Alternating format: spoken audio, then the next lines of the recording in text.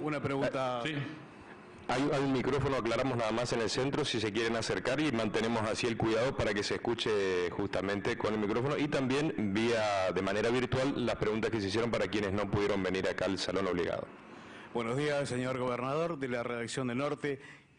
La siguiente pregunta. La gente que vive en Florencia, Santa Fe, que no tiene centros de testeos en la entrada de la provincia, ¿cómo harían? Porque a ellos les queda más cerca Resistencia que Reconquista como centro comercial, digamos, y van a necesitar testeo para ingresar a Chaco, de la redacción de Norte. Bueno, ahí podemos establecer un mecanismo de equipos por parte de salud pública para poder hacerlo. Así que automáticamente tomamos esta debida nota para generar mecanismos de facilitación en el paralelo 28 con posta sanitaria.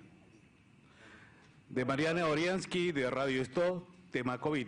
Debido a las nuevas medidas sanitarias provinciales sobre quienes ingresan al Chaco, deben tener un PCR negativa. En caso de no contar con ella, ¿se colocarán posta de testeo en los ingresos a la provincia? Esta es la idea, es lo que acabo de decir, porque nos parece importante remarcar lo siguiente. Si uno toma Argentina, datos consolidados, 20 de diciembre, 5.000 casos. Si uno toma ahora prácticamente 100.000. O sea, los casos se multiplicaron por 20 en un periodo de aproximadamente 20 días, o menos de 20 días. O sea, cerca de el equivalente a aproximadamente 15 a 17 días.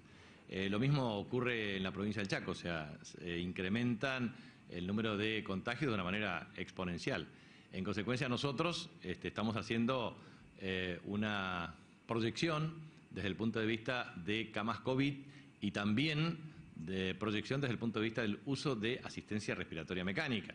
En consecuencia, nosotros hasta ayer teníamos 35 internados, 28 en el hospital modular, pero eso tiende a incrementarse día tras día. Entonces hacemos la evaluación con corte diario para ver exactamente cuánto nos impacta en materia de asistencia respiratoria mecánica. Entonces, nosotros tenemos que hacer el peor pronóstico. El peor pronóstico nuestro debería ser 3.500 contagios día. Y eso implica hacer una proyección de 35.000 contagios activos en total.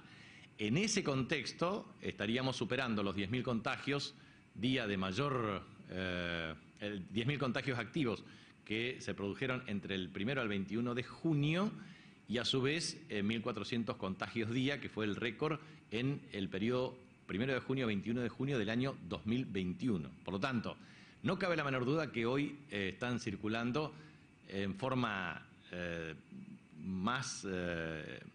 mayor incidencia relativa dos variantes, que son Delta y Omicron, y que obviamente se muestran altamente contagiosas.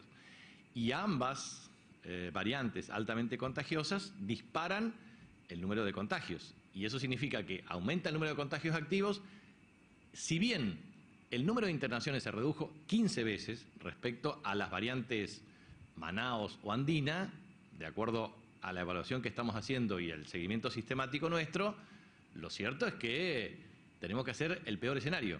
Y el peor escenario implica tomar las decisiones que estamos tomando. O sea, así como planteamos todo el esquema de provisión de insumos para testeos rápidos, para PCR, para el fortalecimiento de la red sanitaria respecto al procesamiento de las muestras. También tenemos claramente una mayor demanda y en consecuencia colas en distintos centros de testeo. Pero a su vez también eso implica una nueva organización desde el punto de vista de los sistemas de atención. Ustedes muy bien saben que estacionalmente nosotros tenemos cerca de 500 cirugías promedio en el Perrando. O sea, estamos proyectando cerca de 6.000 cirugías año, más o menos. Esto puede variar en más o en menos. En general, las cirugías programadas son las que deben ajustarse y también estacionalmente la demanda de enero-febrero disminuye en materia de atención, cirugías, etcétera. Por eso estamos trabajando en distintos escenarios, en el escenario pesimista, optimista e intermedio, para ver el máximo número de contagios posible, el máximo número de activos posibles y a su vez cuál es el requerimiento de camas, tanto COVID como efectivamente asistencia respiratoria mecánica, para tener desde los equipos de protección personal que ya están garantizados, más todos los insumos y medicamentos, más los recursos humanos para la atención. Pero obviamente entendemos que Estas variantes tienen la particularidad de ser muy contagiosas y que tienen un menor impacto de internación y obviamente también de asistencia respiratoria mecánica. No obstante lo cual, de nuevo tenemos que decir lo siguiente: todos los que son casos graves, la gran mayoría, son no vacunados o con vacunación incompleta. Por lo tanto, por eso nosotros trabajamos el tema de ciertas estrategias que tienen que ver con administración de la circulación, potenciación del plan de vacunación para llegar al 5 de febrero con la mayor extensión y tercero, organización del sistema sanitario frente a incrementos por sobre lo proyectado. Gobernador, la primera medida que tomó el actual titular de la cartera de salud, una de las primeras, fue cambiar la marca de test. Ustedes venían practicando los test con la marca Abbott y compró Medomix. Según las conclusiones del Servicio de Inmunología del Hospital Perrando, del Hospital 4 de Junio y de una bioquímica de Las Palmas, produce altos falsos negativos. Y con la variante Omicron, según los especialistas, estos aumentan un poquito más. Esto fue desmentido al día siguiente que publicó Infocom el día 2 de septiembre por la doctora Sartor, diciendo que era una falacia. Sin embargo, ayer la ANMAT autorizó 4 marcas, que entre ellas está Abbott, pero no figura Medomix. Eso, sumado a la destrucción de la ambulancia de neonatología, creo que indica que hay una cuestión para analizar y evaluar por parte de la gestión de la actual cartera de salud. Esa es la pregunta concreta, si ustedes van a seguir utilizando Medomix con la variante Omicron, que ya tiene circulación aquí en la en la provincia del Chaco y que es de alto porcentaje de falsos negativos.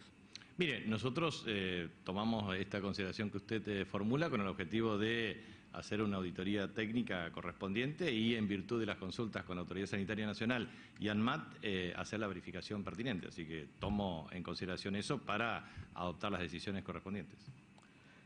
Gobernador, siguiente pregunta, Sandro Fernández, para FM Futuro de Colonia Elisa. ¿Qué sensación le dejó hoy la reunión con el presidente Alberto Fernández y sus pares de las distintas provincias con algunas ausencias? La oposición se muestra siempre en un rol muy en contra de todo lo que propone el gobierno nacional y no se hacen cargo de los 4 años que gobernaron. Su opinión al respecto y, por último, su opinión sobre la Gestapo que proponían en el gobierno anterior y el rol de la justicia. Bueno, es que siempre han hecho lo mismo. Han hecho un esquema de acuerdos con las corporaciones, corporaciones financieras, corporaciones mediáticas, con la corporación judicial, persecución a opositores. Lo que se dijo de Perón y lo que se dijo del periodo anterior es todo el tiempo para maquinar un mecanismo de saqueo, y lo han hecho. O sea, han engañado al pueblo para hacer un saqueo que ahora lo estamos pagando y sus consecuencias. Y esto con la anuencia y la convalidación de medios de comunicación, de periodistas y también, obviamente, de jueces y fiscales y, obviamente, de los organismos multilaterales de crédito, de los bancos y de los opositores. Esto es siempre lo que ha ocurrido y siempre es lo que ocurre en la Argentina. De manera tal de que la sensación que me queda a mí de la reunión de ayer es un presidente con voluntad de defender los intereses del país, pero severamente condicionado con un acuerdo que es realmente, a todas luces, un acuerdo muy complicado de sobrellevar a través del tiempo. Y que no solamente incluye este mandato presidencial, porque 2022-2023 se puede resolver de la mejor manera posible. El problema central es 2023-2027, 2027-2031, porque si uno mira las proyecciones de vencimiento del servicio de capital, interés y la deuda, Argentina está condicionada en los próximos 20 años. Cuando uno miraba las proyecciones 2014-2020, la curva de descenso respecto a los servicios de capital, interés y la deuda fue clara, palmaria y evidente. Entonces, lo que hubo aquí es una duplicación del endeudamiento en moneda extranjera y un condicionamiento severo 2015-2019. Por lo tanto, vinieron a hacer una tarea y la cumplieron, como lo hizo la revolución fusiladora de 1955 con Perón. Gobernador, buen día. Ayer en la reunión del COFESA se determinaba que aquellos que sean contactos estrechos no vayan a hisoparse, sino que por un criterio epidemiológico sean considerados positivos. La consulta es cómo va a actuar la provincia al respecto, teniendo en cuenta la gran concurrencia que hay en los centros de testeo. Esa es una de de las consultas. La segunda tiene que ver, usted planteaba recién el peor escenario, 3.500 casos diarios. ¿Cuál es el número o qué se baraja como para tener alguna medida vinculada a la restricción a la movilidad, a la nocturnidad, actividades sociales? Y la última, y le agradezco, es cómo impacta en la microeconomía la falta de acuerdo con el Fondo Monetario o en las cuentas públicas de la provincia. Bueno, respecto a las cuentas públicas, voy de atrás para adelante. El voto en contra del presupuesto 2022 puede condicionar, por ejemplo, una obra estratégica como el segundo puente Chaco Corrientes. Y a su vez también puede condicionar severamente la estructura de financiamiento para la ejecución del plan de obras de infraestructura, que nosotros tenemos como proyección cerca de 100.000 millones de pesos en los 2 años, con lo cual tiene un efecto multiplicador para llegar a cerca de 20.000 empleos. Por lo tanto, obviamente, si el financiamiento no se concreta, las obras no se ejecutan, los empleos no se realizan, la tasa de crecimiento del producto es más bajo, la recaudación es más baja y obviamente el impacto sobre la economía real también. Primer tema. Segundo tema, respecto al tema de las medidas. Bueno, ustedes saben que hay 3 decisiones básicas. Primero, el tema del aislamiento en forma automática de contacto estrecho, sin necesidad de testeo. Segundo, autotest, que se comercializan a través de la red de farmacias en la República Argentina, con su correspondiente notificación o no. Digamos. Tercer tema, el nivel de números de días de aislamientos con síntomas o sin síntomas, desde el punto de vista de ciertas recomendaciones. La Organización Mundial de la Salud plantea 14 días. Los mecanismos de aislamiento adoptados por muchos países plantean 10 días con síntomas y 5 días sin síntomas. Entonces, lo que nosotros observamos es que estas variantes que hoy hay en circulación comunitaria en la República Argentina, que son Omicron y que son Delta y Omicron, son de alta contagiosidad. Con lo cual, independientemente de la cuestión, o sea, se sabe que si hay síntomas y si hay un contacto estrecho, rápidamente hay que tomar una medida preventiva.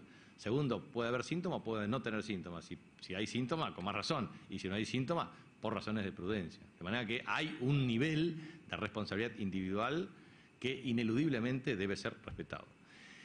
Y respecto al tema de variantes y proyecciones desde el punto de vista de restricciones, todos, y ayer en rondas con gobernadores, hemos planteado esta cuestión de regulación desde el punto de vista de eventos masivos.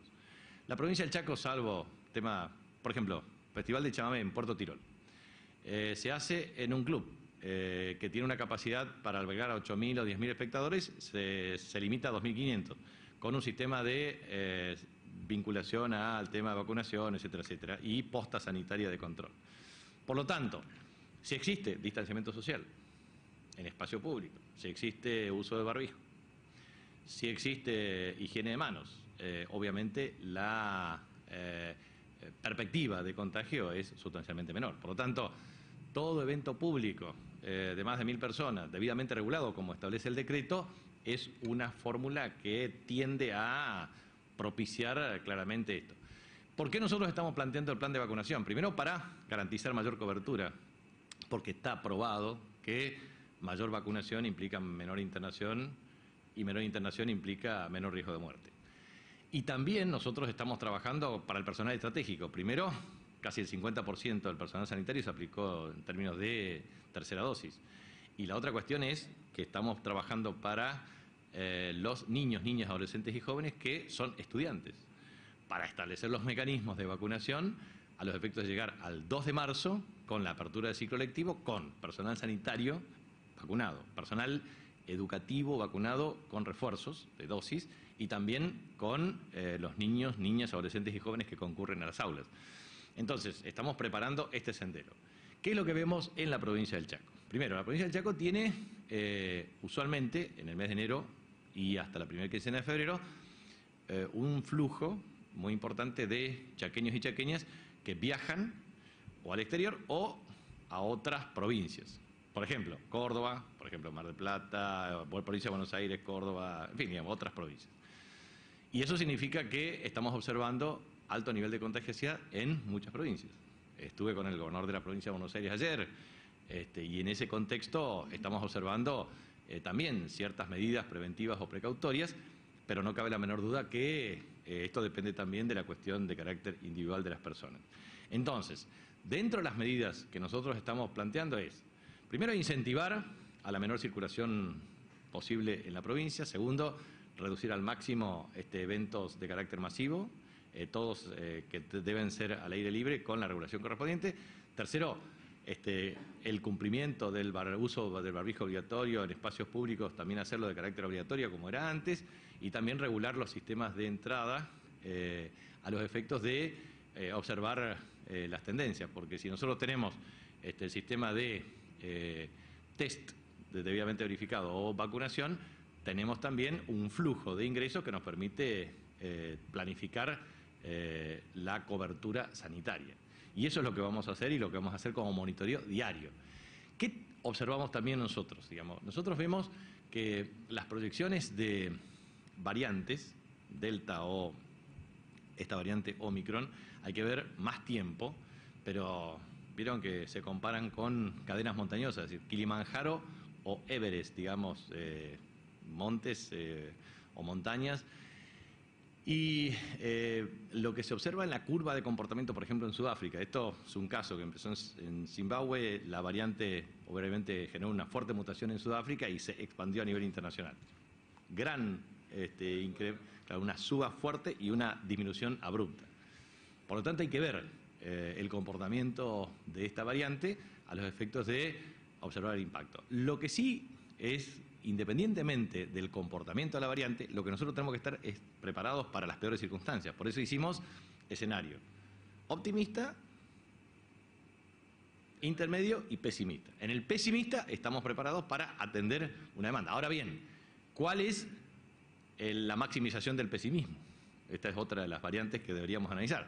Pero creo que por la opinión que uno está recogiendo y porque los números son harto evidentes y aparte porque realmente tenemos un modelo predictivo muy sólido que nos permitió atender durante toda la pandemia estrategias de intervención razonables en el funcionamiento. Así que vamos a ver cómo se comporta y esto es día tras día. Nosotros hacemos monitoreo día a día de todas las variables para tomar las mejores decisiones que permitan cuidar mejor a la gente.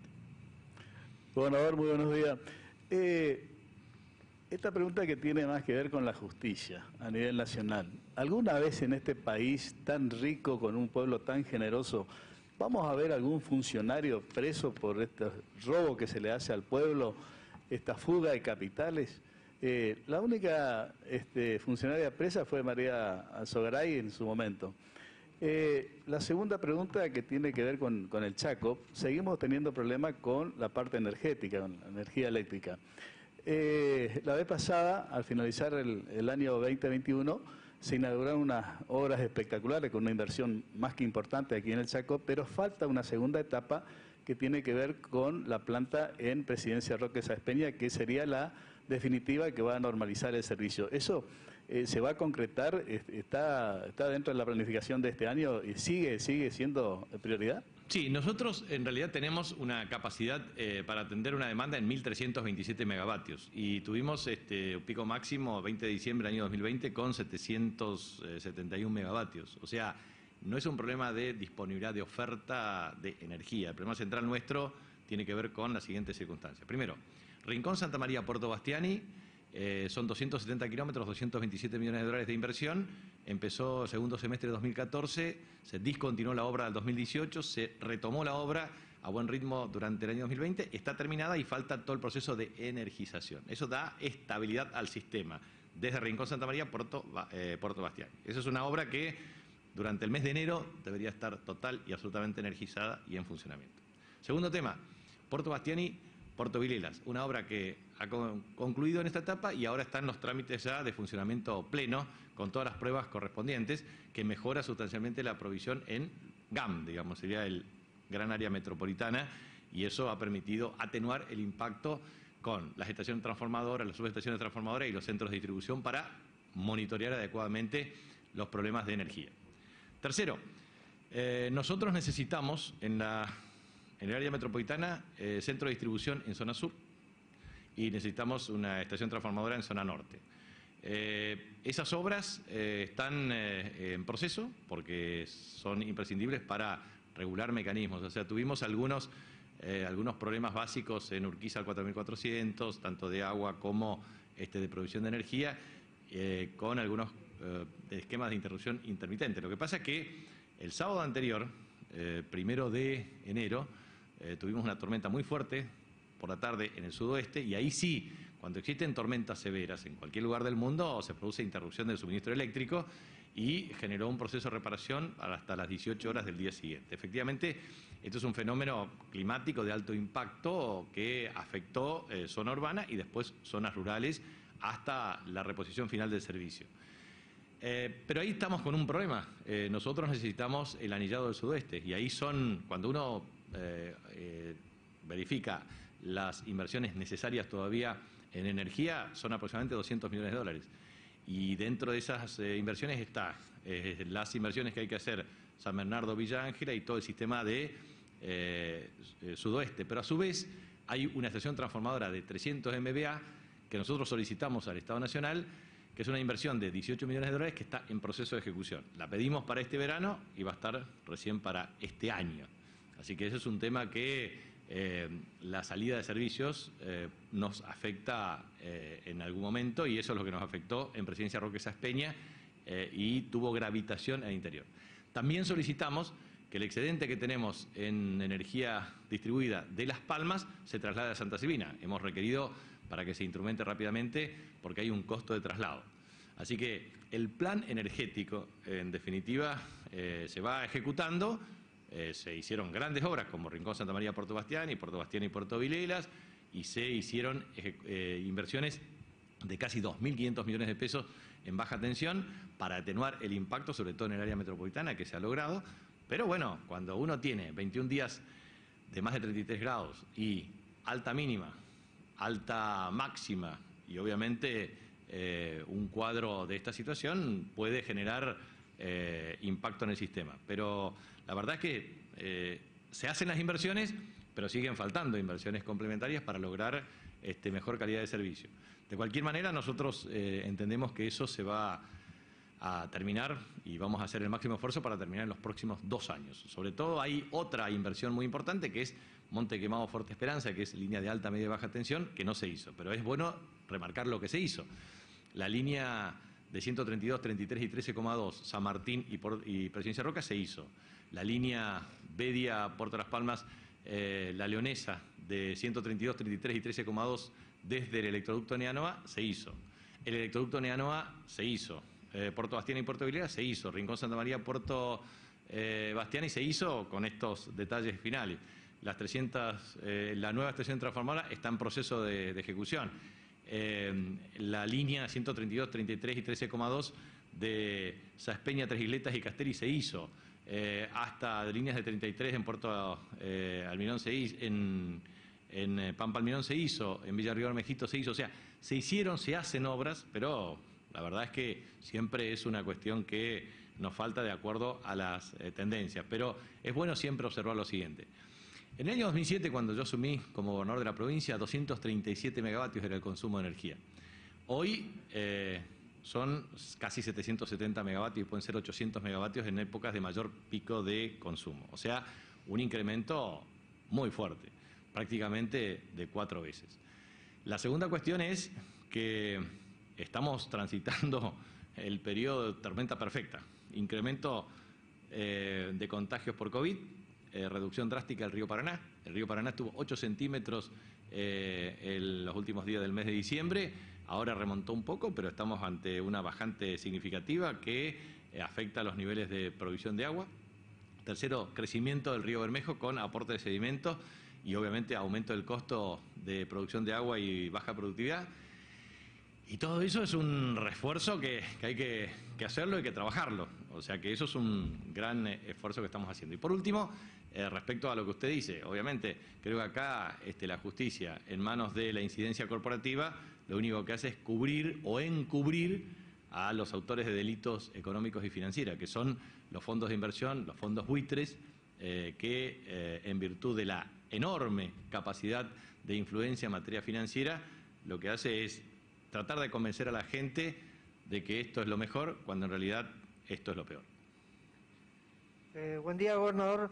Una pregunta, ¿la prensa se va a manejar casi igual que salud, porque vio que hasta las 12 o hasta medianoche vamos y venimos con el tema de los portales y van a estar las postas. ¿Cómo se va a manejar la prensa? ¿En qué sentido? ¿Y de circulación? ¿No va a haber problema? No. A ver, nosotros estamos... las medidas fueron las anunciadas. Regulación desde el punto de vista de mayor concurrencia masiva a espacios abiertos con más de 1000 personas y obviamente el tema de libertad en materia de circulación absoluta, pero básicamente lo que estamos planteando es desestimar los sistemas de encuentros masivos que pueden ser factores de propensión a la circulación y obviamente regular los sistemas de terminales de ómnibus, el tema de terminal aeroportuaria, el tema de controles fronterizos, porque esas son cuestiones claves para tener una mirada especial. Gobernador, buenos días. Andrés Aguirre de Radio Sur.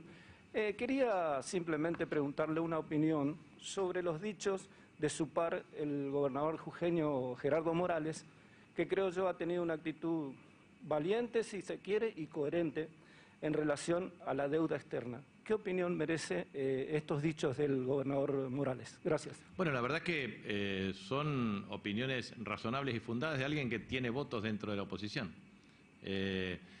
Con Gerardo Morales nosotros tenemos reuniones periódicas y vamos a tener la próxima reunión el 10 de febrero en Puerto Iguazú.